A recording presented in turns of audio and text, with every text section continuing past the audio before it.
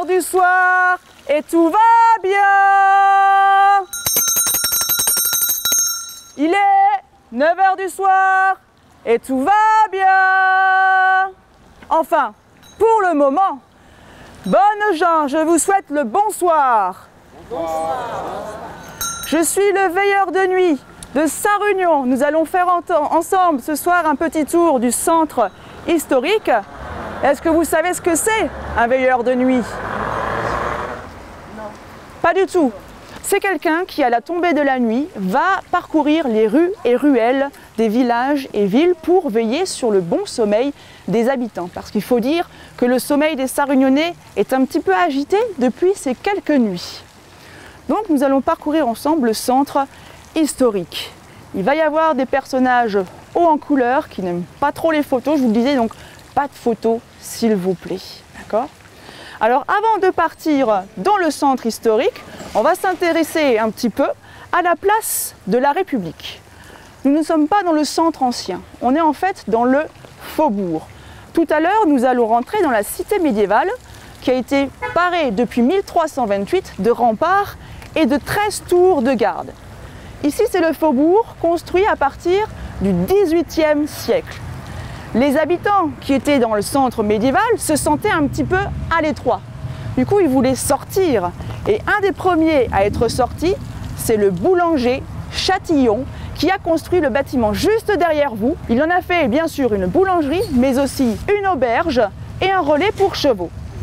Sur la place ici, à la place de la fontaine au bouc et du parking, il y avait des parcs pour les chevaux, des manèges en fait, avec différents terrains. Vous aviez du sable, de la pierre, voilà, ou encore des pavés pour entraîner les chevaux des troupes de passage.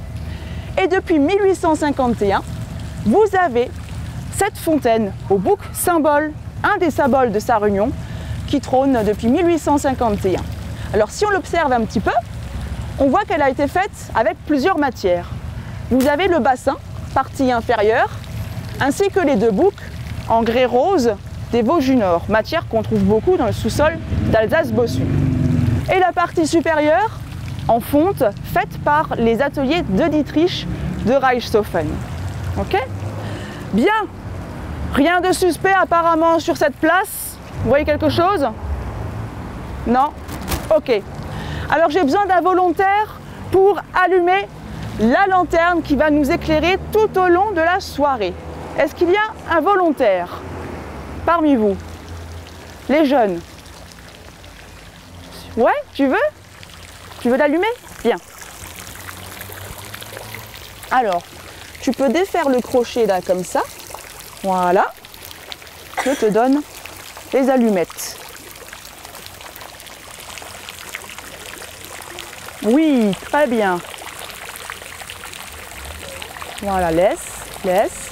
Parfait, tu peux souffler et me donner l'allumette. Vous pouvez applaudir Margot qui a allumé la lanterne de notre ronde. Bravo Margot. Tu me redonnes les allumettes? Très bien, merci à toi. Eh bien, c'est parti. Dirigeons-nous vers le centre historique Boukenhoom, la cité médiévale. Ouvrez l'œil.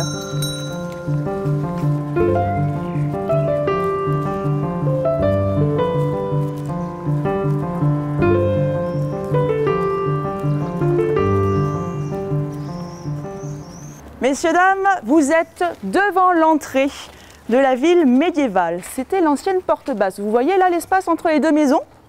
Il faut vous imaginer une porte avec une grille et puis un pont-levis qu'on pouvait relever le soir pour protéger les habitants de la nuit. Je vous ai ramené une photo. C'est une reconstitution de la porte basse. Vous voyez à quoi ça pouvait ressembler? Vous voyez? Voilà. Et juste à côté, donc il y a une horloge qui était sur cette porte, hein, on suppose. C'est une tête avec une mâchoire mécanique. La mâchoire pouvait bouger. Vous voyez? Donc cette porte était l'entrée et sortie à la fois de la cité de Boukenhoom. Et quand on sortait de la ville, on atterrissait sur la chaussée qui mène donc vers Sarreguemines, Sarrebruck, et par là-bas, Saverne, puis Strasbourg. Très bien. On poursuit. Porteur de vue, s'il vous plaît. Merci.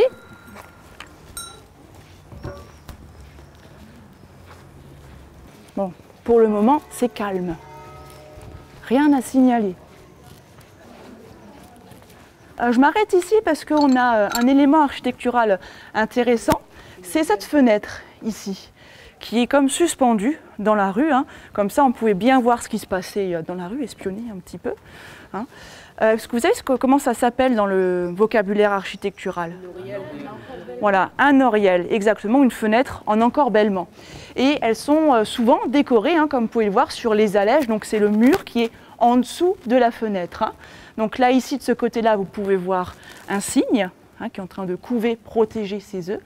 Et aussi une date, 1629. Alors les dates que vous voyez sur les constructions de maisons, ça peut être la date de construction ou de reconstruction. D'accord ? Juste à côté, venez, n'hésitez pas à vous déplacer. Vous voyez ici, on a un visage qui ressort de la fenêtre. Alors, on ne sait pas trop quelle tête il fait, hein, parce qu'il est un peu abîmé, usé, voilà. Et vous savez comment on appelle ça dans le vocabulaire architectural? Ce genre de visage qui ressort comme ça, qui est sculpté. On appelle ça des macarons. Alors, pas comme la pâtisserie, hein, ça s'écrit pas pareil. Là, ça s'écrit M-A-S-C-A-R-O-N. Hein. Si on prononce, on entend mascaron, masque, hein, comme le masque, le visage. Hein. Et ce qui est intéressant, si on observe un peu, bon là, on n'arrive pas trop, mais les cheveux, parfois vous avez même les cols des vêtements qui dépassent, et ben on peut se faire une idée du style capillaire ou encore vestimentaire de l'époque. Juste en dessous, vous avez un jeune homme qui est en train de supporter le poids de cet oriel, on dirait. Il vous fait penser à qui? À quelle légende? Pardon? Atlas. À Atlas, exactement. Porteuse de vue, s'il vous plaît. Merci bien. Alors, Atlas, exactement, tu as raison. Tu peux me dire qui était Atlas? Bah, il soutenait la terre sur ses épaules. Exactement, il a été puni par le dieu Zeus et les autres dieux de l'Olympe parce que Atlas c'est un titan et il a osé combattre les dieux de l'Olympe. Ils ont perdu et donc il a été condamné, comme tu dis, à porter la voûte céleste sur ses épaules pour toute la vie. Donc moi, là, cette sculpture, ça me fait penser un petit peu ça. Je ne sais pas ce qu'il a fait le petit bonhomme là pour mériter de porter l'oriel toute la vie. Je ne sais pas. Donc il faut vous imaginer, ces oriels, il y en avait plein la Grand Rue. Beaucoup ont disparu hein, suite aux aménagements, suite aux guerres également.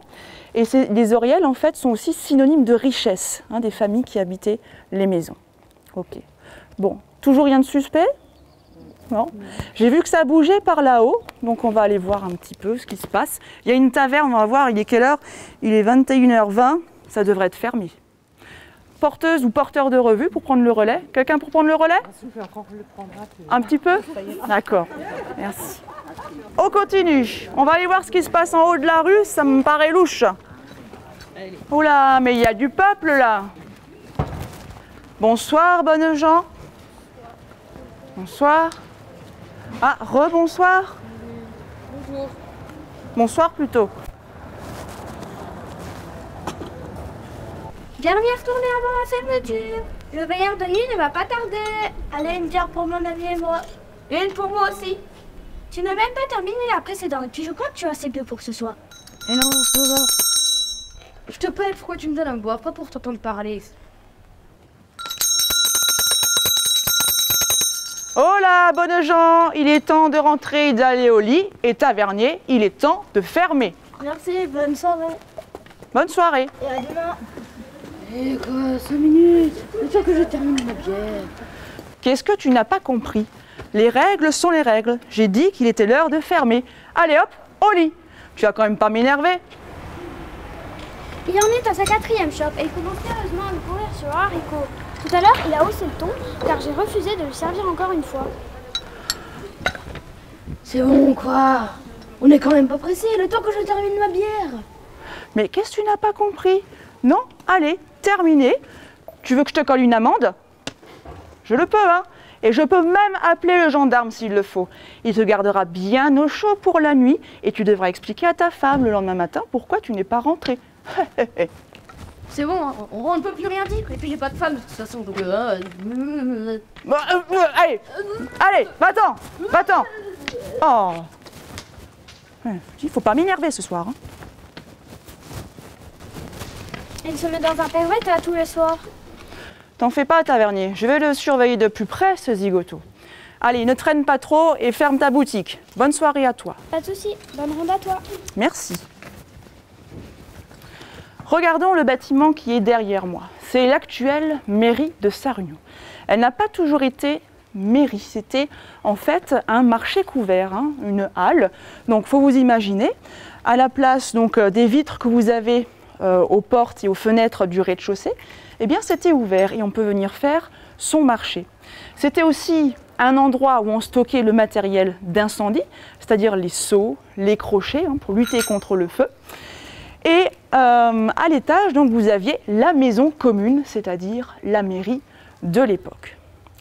Si on regarde sur la gauche du bâtiment, vous avez un macaron avec le bouc, symbole de la ville de Sarre-Union, et en dessous, une date, 1684. Je vous disais quoi tout à l'heure, les dates, ça pouvait être date de construction ou de reconstruction. Et effectivement, cette date, c'est la date de reconstruction de ce bâtiment. Ces halles ont été reconstruites grâce à quelqu'un, et pas n'importe qui.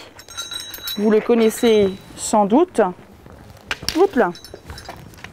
Merci. Ah, il s'est cassé. Bon. Regardez. Vous reconnaissez ce perruquet?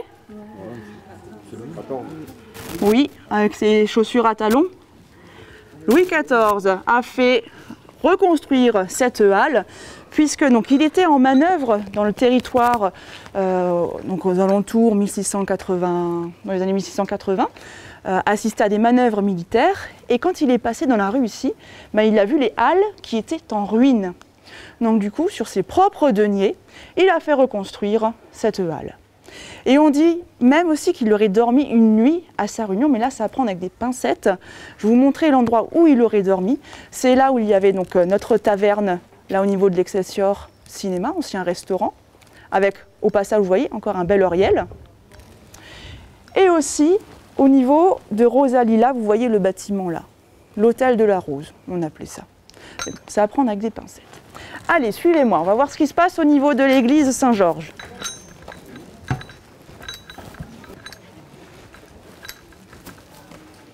Alors nous sommes devant un édifice médiéval de Boukonom, c'est l'église Saint-Georges qui a été construite à partir du XIIe siècle. Donc dans cette église, il y a un petit peu tous les styles architecturaux qui se mélangent, que ce soit roman ou gothique. Gothique, on le voit notamment au niveau des vitraux. Vous voyez la forme des fenêtres avec les arcs brisés. On le voit aussi notamment au niveau du portail. Alors là, c'est ni le gothique ni le roman, mais le style baroque. Vous voyez, avec ces colonnades, là et là, qui sont couronnées d'un chapiteau corinthien à feuilles d'acanthe. Et au-dessus, vous avez donc une sculpture. Est-ce que vous savez la reconnaître? C'est un soldat romain avec une lance. Il est armé, il a un casque, une armure, sur son cheval, il est en train de faire quelque chose. Pardon? Terrasser le dragon. De terrasser le dragon. Et j'ai entendu, oui, c'est Saint-Georges, c'est le patron de l'église de Sarre-Union et de sa paroisse. Alors, je vous ai ramené la légende de Saint-Georges et du dragon. La voici. Un jour, Georges arriva dans une ville de la Libye nommée Silène. Or, dans un étang voisin de la ville, habitait un dragon effroyable qui, maintes fois, avait mis en déroute la foule armée contre lui. Parfois, il s'approchait des murs et empoisonnait de son souffle tous ceux qui se trouvaient à sa portée. Pour apaiser la fureur de ce monstre et l'empêcher d'anéantir la ville entière, les habitants lui offraient chaque jour 2 brebis. Mais bientôt, le nombre de brebis se trouva si réduit que force fut aux habitants de tirer au sort une créature humaine et aucune famille ne fut exceptée de ce choix. Et déjà, presque tous les jeunes gens de la ville avaient été dévorés lorsque, le jour de l'arrivée de Saint-Georges, le sort désigna pour victime la fille unique du roi. Pas de bol.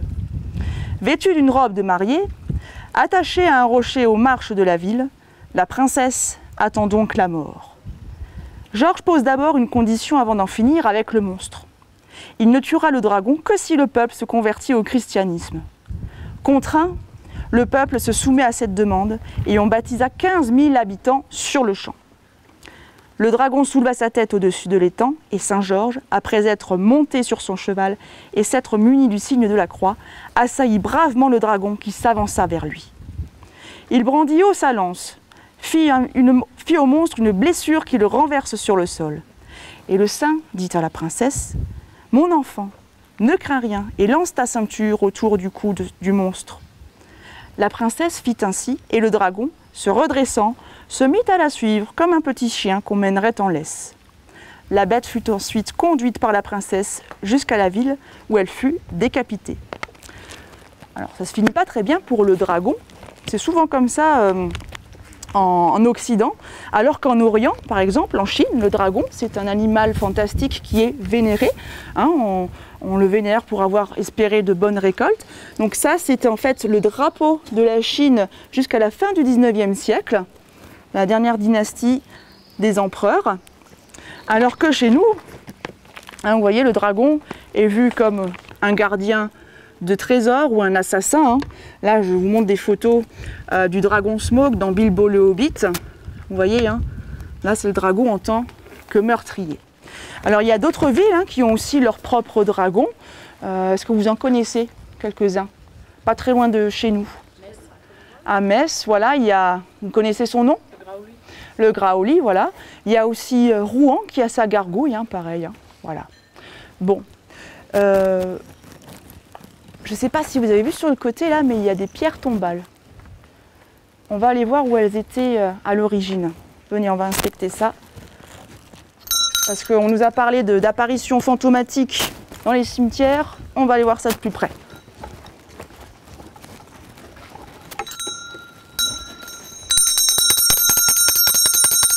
Il est 9h30 et tout va bien. Que c'est calme cette nuit. Venez avancer, braves gens. Je crois qu'on ne craint rien. Je pense. Quoi? Qu'est-ce que c'est? Qui êtes-vous? Donnez-nous votre argent. Bah et puis quoi encore? Vous savez pas qui je suis? C'est bon. C'est bon quoi? Bah bien, vous avez perdu votre langue? Non mais n'importe quoi, donnez-nous votre argent. Je suis le veilleur de nuit. Vous croyez quoi? J'ai pour mission de veiller sur le sommeil des gens. Allez, oust, du balai. Oups, c'est bon. Oui, c'est ça. Bonne nuit, ouais. Mon vieux, hein. Oh. Bon, maintenant que l'endroit est sûr, on va parler un petit peu de cet endroit. Vous avez vu les pierres tombales tout à l'heure? Eh bien, elles étaient tout autour de l'église, dans le jardin actuel. C'était les cimetières. Bon, c'est encore comme ça aujourd'hui, mais après, vous aviez donc un manque de place hein, pour enterrer les corps, et du coup, on a commencé à construire les cimetières à l'entrée ou sortie des villes. Okay, alors ici étaient enterrés des gens, comment dire, comme vous et moi, hein, de la classe normale, à moins qu'il y ait des nobles parmi vous, peut-être des descendants. Donc les nobles, eux, étaient enterrés à l'intérieur de l'église. Vous avez encore des pierres tombales. Hein. Si vous avez l'occasion un jour d'accéder à l'intérieur de l'église Saint-Georges, je vous y invite. Poussez la porte, vous verrez un mobilier magnifique, notamment un orgue, l'orgue de l'Orme qui est très beau, et aussi ces fameuses pierres tombales. Voilà. Bon, ça a l'air calme par là-bas. J'en profite encore pour vous dire que le grand bâtiment que vous voyez là ici, tout au bout, c'est l'actuel presbytère. Et il n'a pas toujours été presbytère catholique, puisqu'en 1751, il a été réquisitionné comme tribunal. Voilà, il n'a pas toujours été presbytère. Bien, on va continuer notre ronde. Ah oui, encore un instant. Un petit détail, restez où vous êtes parce que le terrain peut être miné. Je prends le risque pour vous. Hein.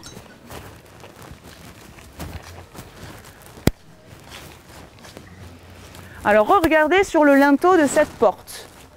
Vous avez ici quelque chose de sculpté. Est-ce que vous arrivez à voir? Alors je vais le décrire pour vous. Vous avez en fait un crâne humain et des os, alors je ne sais pas si c'est des os, des tibias, des choses comme ça, mais des os qui sont entrecroisés. À votre avis, ce bâtiment, qu'est-ce qu'il pouvait abriter et quelle était sa fonction? Comment on appelle? L'ossuaire. Exactement, un ossuaire.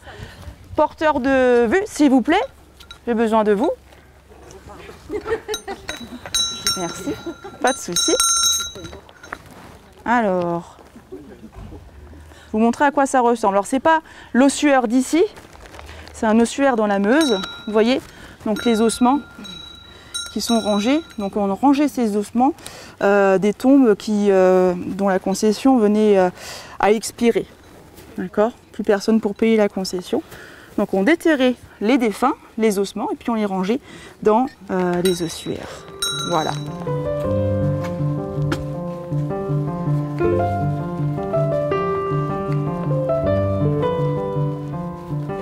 Alors, vous êtes là devant un autre symbole de la ville de Sarre-Union qui est la maison Renaissance.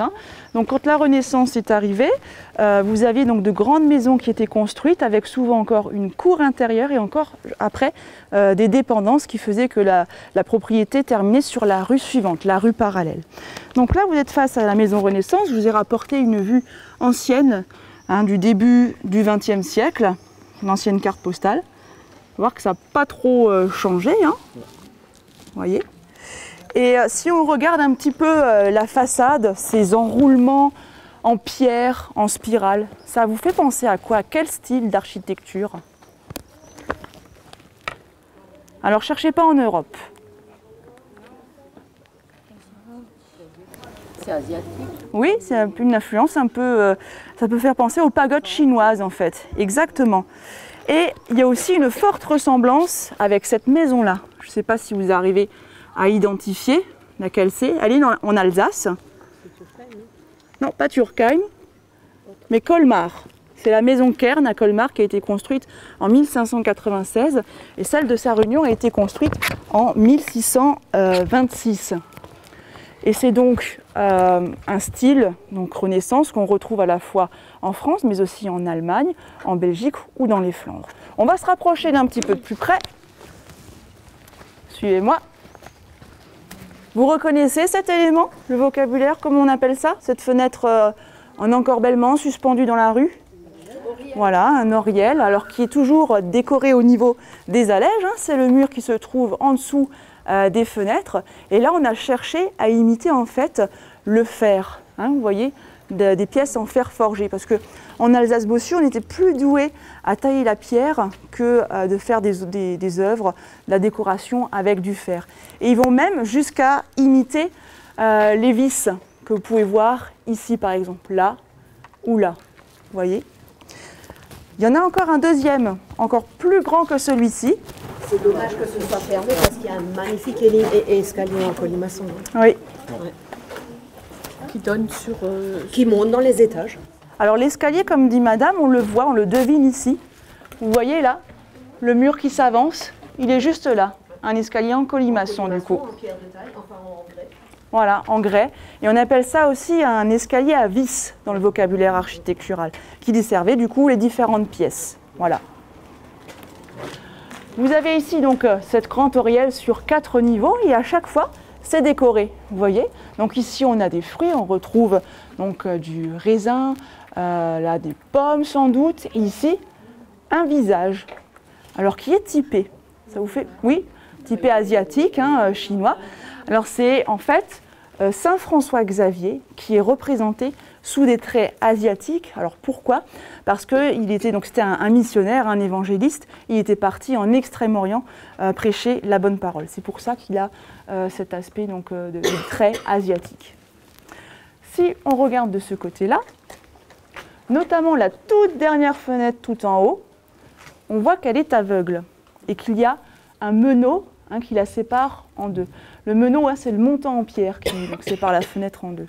À votre avis, pourquoi ça a été muré? Il y a une raison à cela. Les taxes. Exactement. Il y avait des taxes donc, qui ont été mises en place vers la Révolution française dans les années 1792, ce qui fait que fenêtres et portes, on devait payer un impôt, une taxe dessus. Et cet impôt était en vigueur jusqu'en 1926. Donc c'est pas très loin de nous. J'attire encore votre attention sur ce linteau de porte qui est très intéressant. On voit notamment une date, 1764. Alors je vous ai dit tout à l'heure, mais la maison a été construite en 1626, mais là c'est donc une date de reconstruction. Et on voit aussi des initiales, HL et MEL.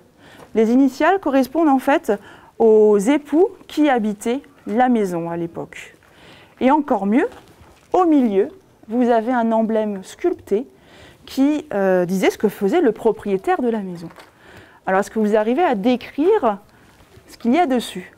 Les outils. Une étoile de mer, mais pas qu'il était marin. Non, non, effectivement, pas. C'est la rue des Tourneurs, donc il peut peut-être tourner. Alors, il n'était pas tourneur. En fait, vous avez un grand couteau racloir et des couteaux courbés comme ça. C'était en fait, alors pas un boucher, mais un tanneur. Tanneur qui travaille la peau des animaux pour en faire soit ensuite des parchemins, des manteaux, des bourses en cuir, la selle pour les chevaux par exemple. Voilà. Bien, on va poursuivre. Rien de suspect dans cette rue apparemment. Ouais, tout va bien.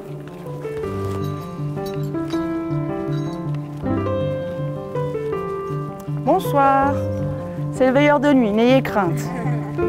Tout va bien.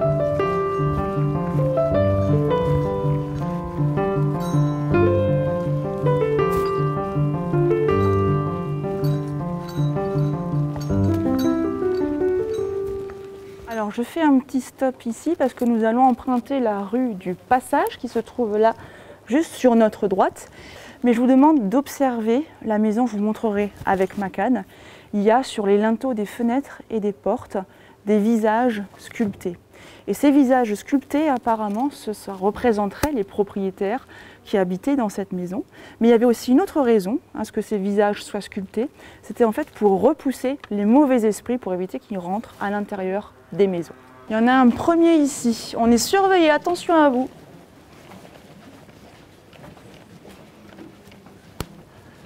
Là.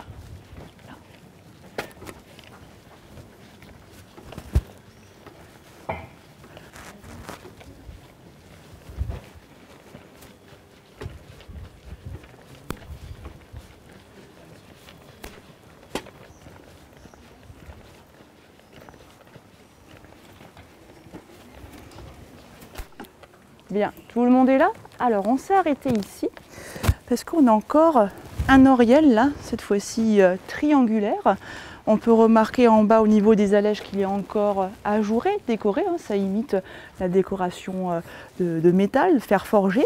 Et en haut, nous avons une figure humaine qui soutient la partie supérieure de l'oriel. Et moi, ça me fait penser à un autre style d'architecture. Alors, vous voyez de quoi je parle? C'est le temple de l'Érectéion sur l'acropole à Athènes. Et là, c'est en fait le même principe. Hein, vous voyez, on a donc là des déesses qu'on appelle des cariatides qui supportent en fait l'entablement. Donc c'est la partie supérieure du temple qui les supporte sur leur tête. Elles font office en fait de colonnes, comme cette figure humaine en fait qui est un Atlante. Et l'Atlante, c'est la version masculine des cariatides. Ok ? Juste à côté, au numéro 4, on a une porte avec un linteau avec un emblème sculpté. Est-ce que vous arrivez à identifier ce qu'il y a dessus? Oui, on va peut-être se déplacer un petit peu, mais rester... Comment? Ah, en haut, oui. Alors, en haut, c'est de la pure décoration. Exactement. C'est un bretzel et vous avez aussi un pain juste au-dessus.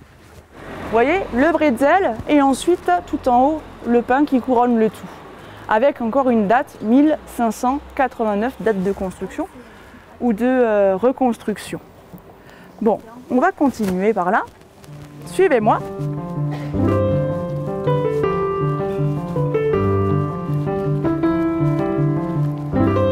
Tout est calme encore pour l'instant. Tout va bien. Rien à signaler.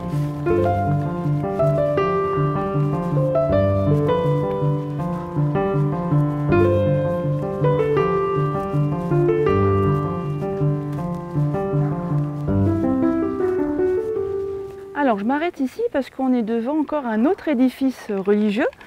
On aperçoit là-bas la flèche de l'église Saint-Georges, mais là on a encore une autre flèche, c'est celle de la chapelle des Jésuites, qui a été édifiée à partir du XVIIe siècle, lorsque Sarre-Union, enfin Bocquenôme à l'époque, est devenue Lorraine. Donc il y avait la chapelle, et vous avez aussi donc le grand bâtiment juste à côté, qui est le collège des Jésuites, parce qu'on a fait venir des frères enseignants de la région de Molsheim, enseigner notamment le grec et l'allemand, aux élèves qui venaient pas que de Bocquenôme, mais aussi des villages des environs. Voilà. Donc on va aller faire un petit tour, on va voir si tout se passe bien dans le collège. Et je sais pas vous, mais moi je sens des odeurs de bretzel.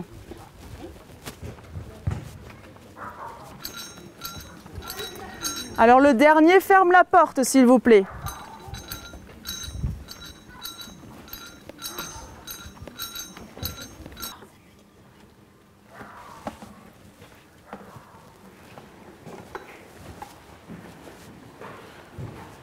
Bon, ça a l'air plutôt calme par là.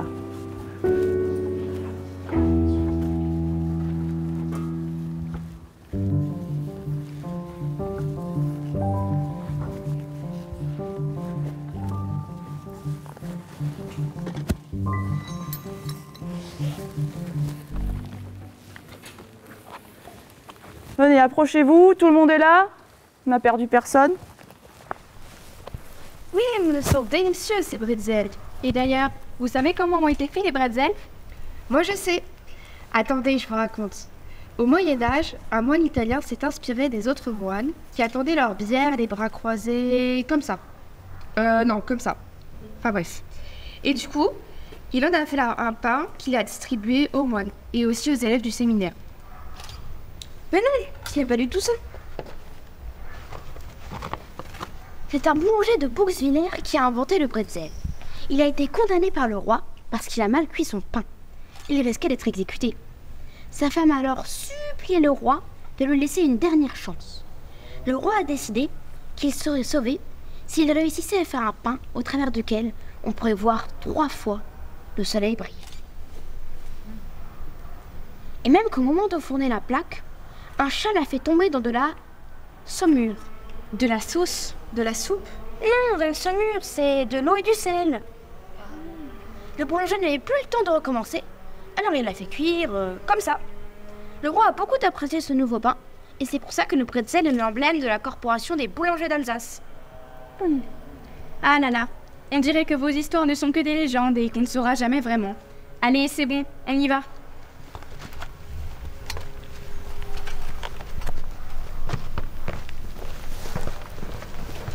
Il n'y a même pas un bretzel pour nous? Oh! Allez, où Stoli alors?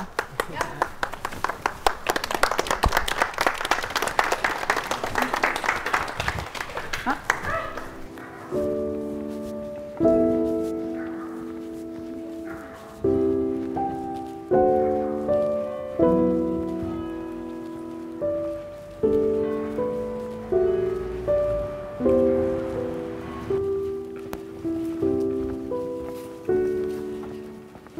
Nous sommes devant un autre édifice religieux. Est-ce que vous arrivez, de par son fronton au-dessus de la porte d'entrée, à identifier la confession? C'est une synagogue, donc un édifice religieux de confession juive, israélite, puisque on voit donc le chandelier à 7 branches, un menorah, voilà, et l'étoile de David juste au-dessus. Donc cette synagogue, elle est là, donc elle a été édifiée dans les années 1840. Il y avait une communauté juive assez importante à Sarre-Union, il y avait 400 Israélites. Et donc les Juifs sont venus s'installer en Alsace-Bossu à partir du XVIIIe siècle. Et ils étaient revendeurs de bétail ou encore de métal. Pendant la Seconde Guerre mondiale, le bâtiment a été racheté par la ville de Sarre-Union et l'a revendu à l'armée allemande. Et pendant la libération, avec les combats, le bâtiment a souffert. Et après, donc à la fin, à la libération, l'édifice est revenu à la communauté israélite. Il y avait beaucoup moins ensuite d'Israélites suite aux différents départs dans les camps de concentration et d'extermination. Du coup, l'édifice est devenu beaucoup trop grand, le lieu de culte, hein, il est devenu beaucoup trop grand. Du coup, ils ont réduit, si vous voulez, l'espace de culte en abaissant le plafond à l'intérieur. Donc l'édifice a été rendu à la communauté israélite juste après la guerre. Et pour vous donner une idée du nombre de la communauté, en 1953, ils étaient encore 53 Israélites. Voilà. Et aujourd'hui, donc l'édifice n'est plus utilisé puisqu'il n'y a plus assez de familles juives sur Sarre-Union. Voilà. On va poursuivre par le chemin ici, qui s'appelle la rue des Remparts.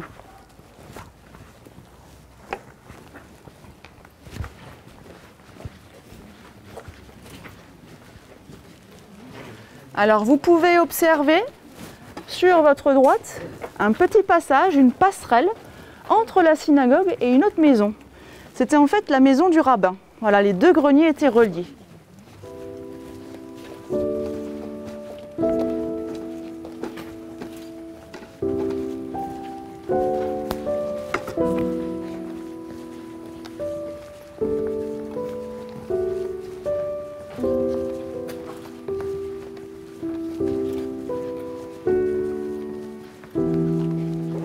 Alors, on vient d'arpenter la rue des Remparts.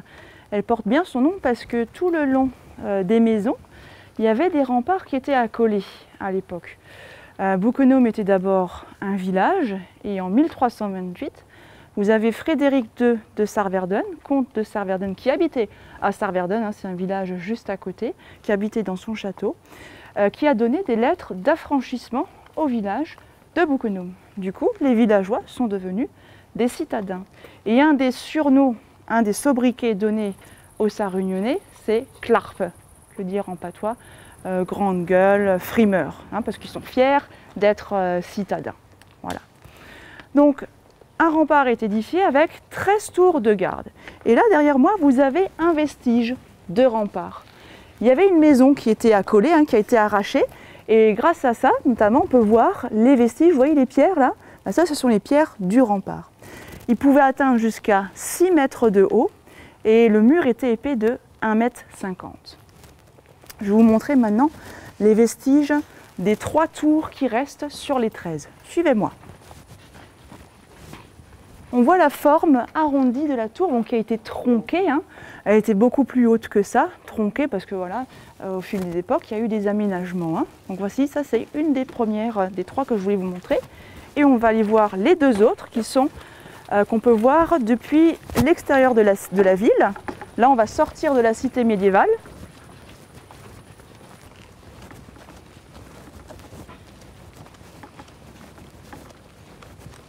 Donc là, on est à l'extérieur de la cité médiévale. Vous avez là, juste devant, au niveau des maisons, l'ancien rempart auquel sont adossées les maisons. Et devant, qu'est-ce que vous avez? Un fossé, les douves, hein, qui étaient remplies d'eau pour défendre la ville de Bouquenôme, qui aujourd'hui, les fossés sont remplis et on a à la place des jardins avec des dépendances aménagées. La deuxième tour est pas si loin, elle est là-bas.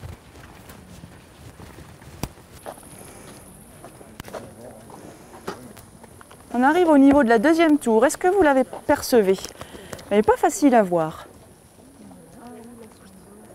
Oui, on voit l'arrondi là sur le bord, vous voyez. Et là, ici, une toute petite fenêtre, hein, où on pouvait très certainement mettre une gueule de canon pour se défendre, vous voyez.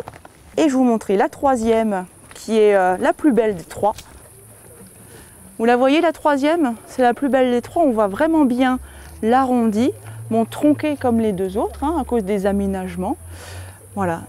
Donc 3 tours qui restent sur les 15. Et donc je vous ai ramené une petite légende, puisqu'on parle de fortification, de château, tout ça.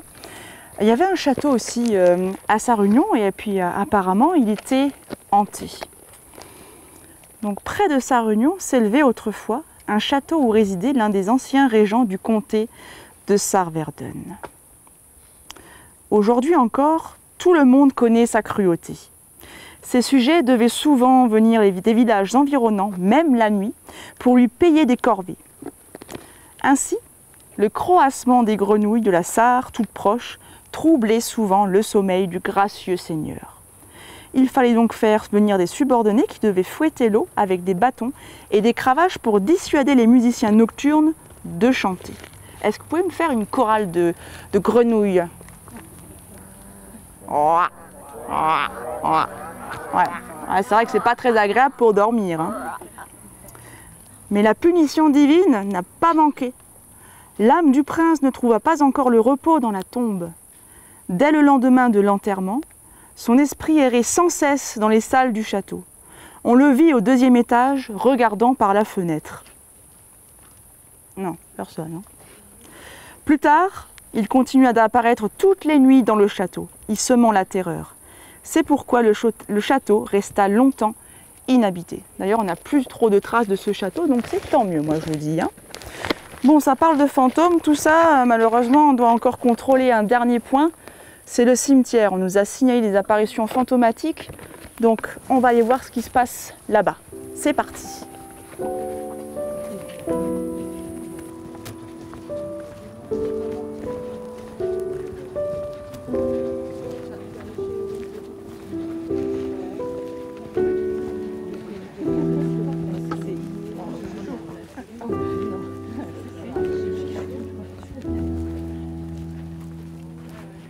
Bien, nous arrivons à la dernière étape de notre ronde. Il nous reste le cimetière à contrôler. Comme vous pourrez le voir, à l'intérieur du cimetière, sur les tombes, il y a tout un décor sculpté, avec aussi tout un vocabulaire. Donc c'est ce que nous allons voir maintenant, on va rentrer.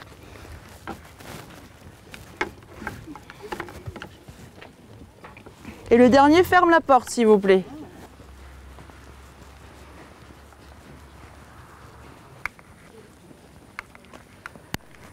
Alors si vous avez vos lampes de poche, c'est le moment de les sortir pour éclairer ce que je vais vous montrer. Si on peut sortir quelques lampes de poche, s'il vous plaît. Donc on va regarder un petit peu cette tombe. Regardez la croix. Qu'est-ce qu'elle représente? Avec quelle matière on a essayé d'imiter? Le bois, voilà, des troncs. Tout comme ici, on a un très gros tronc. Et on a aussi des petits animaux, comme ici, un petit lézard, ou encore là, un batracien, une grenouille. Ce qui veut dire que le défunt qui est enterré ici aimait sûrement les éléments de la nature, la faune, la flore. Et il aimait aussi encore autre chose ici. Est-ce que vous arrivez à décrire ce qui est représenté là? On a en fait une palette et des pinceaux d'un peintre. Le monsieur qui est enterré ici, Louis Muller, était un artiste peintre en fait. Voilà, vous voyez, rien qu'avec les éléments de décoration, on arrive à deviner ce que faisait le défunt dans la vie, ce qu'il aimait.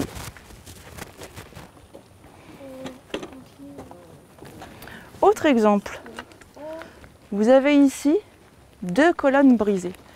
Cela signifie que ce sont des jeunes adultes ou des jeunes enfants qui sont enterrés ici, puisque leur vie a été brisée et ils n'ont pas pu accomplir les projets de leur vie.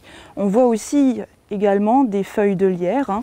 Donc là, c'est comment dire un symbole un peu plus optimiste, puisque le lierre, c'est quelque chose, on a beau l'arracher, ça revient toujours. C'est en fait pour montrer que voilà, la vie reprend le dessus. Autre exemple, au sommet de cette colonne, vous avez un vase, une urne funéraire. Alors c'est pas comme les urnes aujourd'hui où il y a les cendres du défunt, c'est symbolique. En fait, ça représente l'enveloppe corporelle du défunt. Et au-dessus, vous avez un voile de la tristesse. À côté encore, on a d'autres exemples de décoration. Vous voyez là, ici et là. Vous arrivez à identifier ce que c'est? C'est des flambeaux qui sont inversés. Vous voyez, on a la flamme ici. Et là, c'est pour symboliser en fait donc le corps du flambeau, ça symbolise le corps du défunt. Et la flamme, qu'est-ce qu'on fait quand une bougie, on la retourne, on la renverse, la flamme, elle va s'éteindre. En fait, la flamme qui s'éteint symbolise l'âme du défunt, voilà, sa mort, l'âme du défunt qui part, qui s'éteint. Voilà. On va retourner sur le chemin.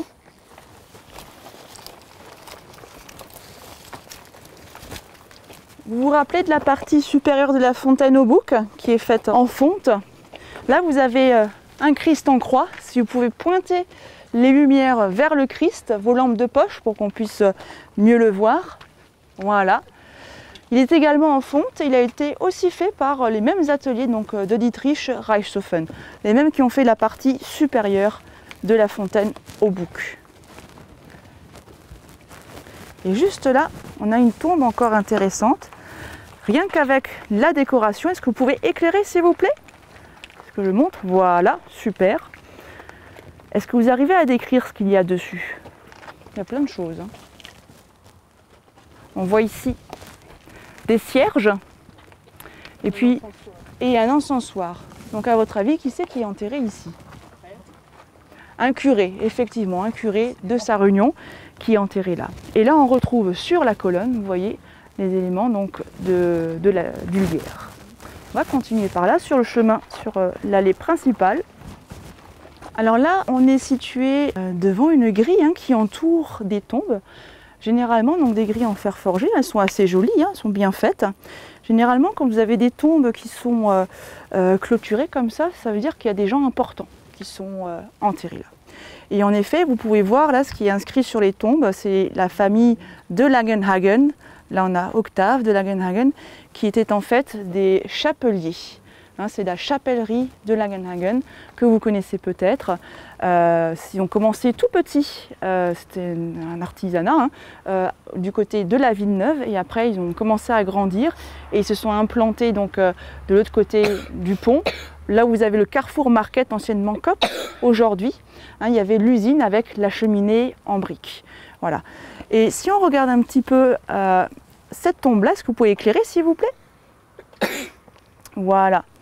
On retrouve l'urne funéraire hein, avec le voile de la tristesse et devant on a une encre marine. Ça signifie que il y avait du voyage. Et en effet, pour chercher la paille, notamment pour faire les chapeaux de paille, ils allaient chercher de la paille exotique, par exemple à Madagascar ou dans les Philippines. C'est pour ça qu'on a une encre marine. On peut encore aller voir là-bas ce qui se passe.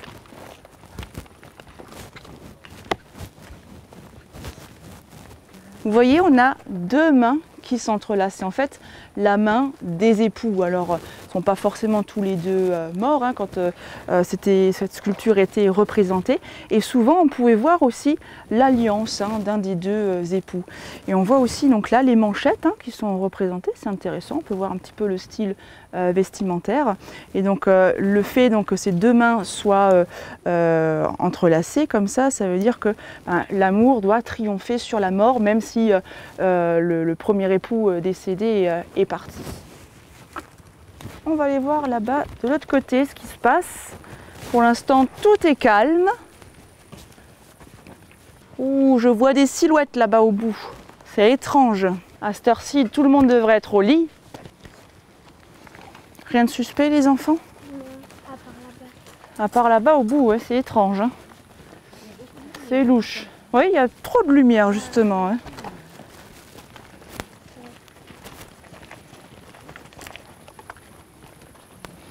Bon, ils n'ont pas l'air bien méchants. On va regarder. Ils ont l'air bien tranquilles. Alors, je ne sais pas s'il y a des Sarre-Unionnais parmi vous. Non? Oui? Il y a une légende autour de l'homme qui rit. Je ne sais pas si ça vous parle. Ben, on va la découvrir ensemble.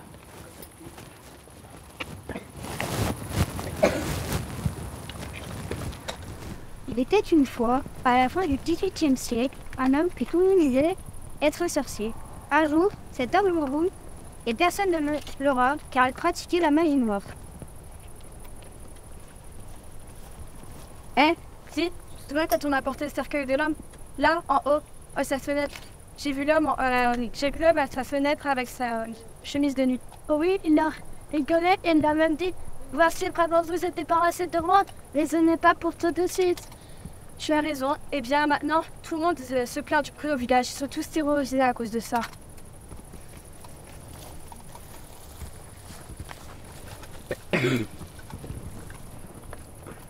Les villageois firent venir des moines capucins, réputés pour bannir les esprits.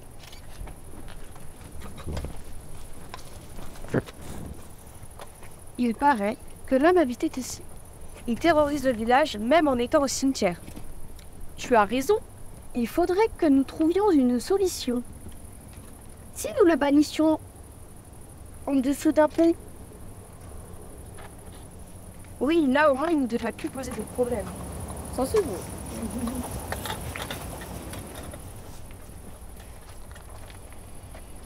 hélas, oui, même sous un film, le meurtre continue de taquiner et effrayer les passants. Il lui arrive même de sauter sur les dos des pauvres passants. Il devait le porter jusqu'en mairie. Les paysans effrayés et fatigués de ce corps lourd sur leur dos finissent par mourir quelques heures plus tard. Les villageois décident alors de frapper les moines. Il paraîtrait que l'esprit de l'homme terrorise toujours le village, même sous le pont. Il faut trouver une autre solution encore pour que les villageois se tranquilles. Une bonne fois pour toutes.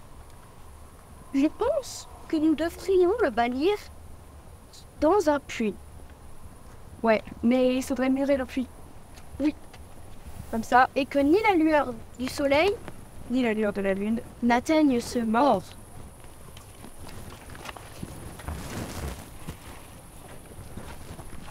À partir de ce jour, l'homme ne fit plus parler de lui. Et les villageois décident de se débarrasser de l'homme tiré. Seulement, un jour, les deux vieilles dames qui possédaient la maison où était situé le puits sont décédées. Leur héritier a alors fait ouvrir le puits. Le mort réapparut à midi dans la lueur du soleil, avec son bonnet de nuit teint et canin. Depuis ce jour, personne n'entendit jamais parler de lui.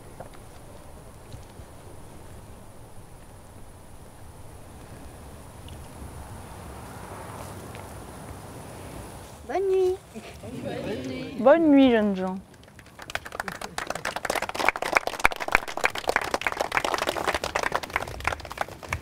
Bien, mesdames et messieurs, bonnes gens, c'est ici que se finit la ronde du veilleur de nuit de Sarre-Union. Il y avait avec moi ce soir des petits personnages hauts en couleur à qui je demande de venir auprès de moi, ainsi que leur animatrice, Elisa. Donc, c'est des jeunes de l'animation jeunesse, de la section théâtre, qui ont tous joué pour vous ce soir autour d'émissions du veilleur de nuit, mais aussi les légendes locales de Sarre-Union. Donc, voilà, vous pouvez les applaudir très très bien fort. Merci à vous. Je vous laisse peut-être les présenter un à un. Oui, on peut faire le tour du coup. On a Hugo. Clément. Ludovic. Chloé. Elisa. Nathan. Aria. Et Clotilde. Voilà. Vous pouvez les applaudir très bien fort. C'est eux qui ont écrit les scénettes, qui les ont mises en scène et puis qui les ont jouées. Voilà, bravo à vous. Voilà. Ils travaillent depuis le mois d'octobre du Ouais. coup avec Louise pour l'écriture de tout ça. Et je crois qu'ils n'ont pas trop mal réussi leur mission. Ouais, très bien.